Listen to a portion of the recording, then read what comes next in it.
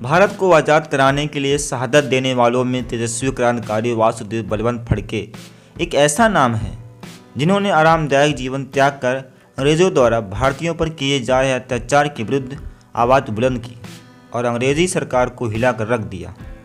उनका कहना था, भूख से जो लोग मरे जा रहे हैं उनको मैं कैसे बचा सकता हूँ।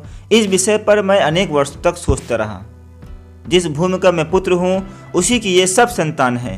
ये लोग अन्य भाव में भूखे मरते रहे और हम पेट भरते रहे, यह मुझसे देखा नहीं गया। अतः ब्रिटिश सरकार के विरुद्ध मैं सशस्त्र विद्रोह की घोषणा की। वासुदेव बलवंत फड़के ब्रिटिश सरकार के विरुद्ध सशस्त्र विद्रोह का संगठन और सशस्त्र सेना का निर्माण करने वाले भारत के सबसे पहले क्रांतिकारी थे। उन्होंने अपनी अच्छी खासी नौकरी छोड़कर और युवा पत्नी के साथ साथ नन्ही बालिका का प्रेम भुलाकर ब्रिटिश सरकार का अंत करने के लिए बीड़ा उठा लिया। 4 नवंबर 1845 को महाराष्ट्र के कोबाला जिले के सिरढोड़े में जन्मे वासुदेव के पिता बलवंत एवं मां सरस्वती बाई एक संपन्न और धनी घराने से थे। उनका बचपन कल्याण में बीता। पढ़ाई समाप्त कर उन्होंने बतौर क्लर्क नौकरी की, जहां उन्हें उस समय प्रतिमाह 60 रुपये वेतन मिलता था। शीघ्र ही विवाह हो गया और वह एक बच्ची के पिता बन गए। पहली पत्नी के जल्द निधन के कारण बच्ची का देखभाल करने के लिए उनको दूसरा विवाह करना पड़ा। पूना में उन दिनों अखाड़े लगते थे। वासुदेव फड़के प्रायः सांय अखाड़ों में जाते, कुश्ती के दांव पेश सीखते। वह प्रतिदिन 300 दंड बैठक निकालते। अखाड़े बाजे में फड़के के साथी ज्योतिबा फूले थे, जो महाराष्ट्र के एक प्रसिद्ध समाज सुधारक नेता हुए।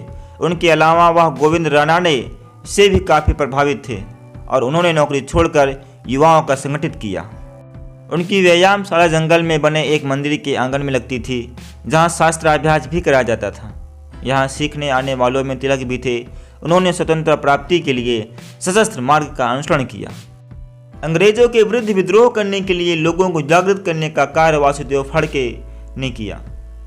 महाराष्ट्र की कोली, भील तथा धांगड़ जातियों को एकत्र कर उन्होंने रामोसी नामक क्रांतिकारी संगठन खड़ा किया। इस मुक्ति संग्राम के लिए धन एकत्र करने के लिए उन्होंने अंग्रेजों तथा साहूकारों को लूटा। उन्हें तब ब्रिटिश प्रसिद्धि मिली जब उन्होंने पुणे नगर को कुछ दिनों के लिए अपने नियंत्रण में ले लिया था। महाराष्ट्र के 7 जिलों में उनकी सेना का जबरदस्त प्रभाव फैल चुका था। 13 मई 1879 को एक सरकारी भवन में उन्हें लेकर अंग्रेजों की बैठक चल रही थी। वासुदेव फड़के ने साथियों सहित वहां पहुंचकर अंग्रेज अफसरों को मार डाला तथा भवन को आग लगा दी। उनकी क्रांतिकारी गतिविधियों के सामने अंग्रेजी सरकार थर थर काँपने लगी और उनकी गिरफ्तारी के लिए एक योजना बनाई। लेकिन चतुराई और साहस से वह हर बार बचते रहे और उनके मंशों पर पानी फेर देते।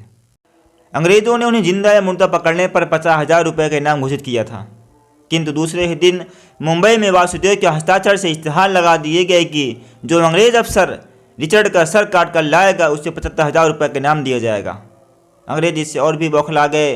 पुलिस इनकी तलाश में जगह जगह छापे मारने लगी। एक देशद्रोही द्वारा खबर करने पर वासुदेव फड़के 20 जुलाई 1879 को गिरफ्तार कर लिए गए और उन पर मुकदमा चलाया गया। वासुदेव की लोकप्रियता से अंग्रेज इतना डरते थे कि उन्हें बंदी बनाए जाने के बाद भी वहां रखने से विद्रोह न भड़क जाए, इसलिए उन्हें आजन्म काले पानी की सजा सुना दी। जनवरी 1880 में वासुदेव बलवंत फड़के अदन पहुंचे। वह अदन जेल से भागने में सफल भी हुए, पर अदन के रास्ते जानते नहीं थे। आखिरकार उन्हें फिर से पकड़ लिया गया।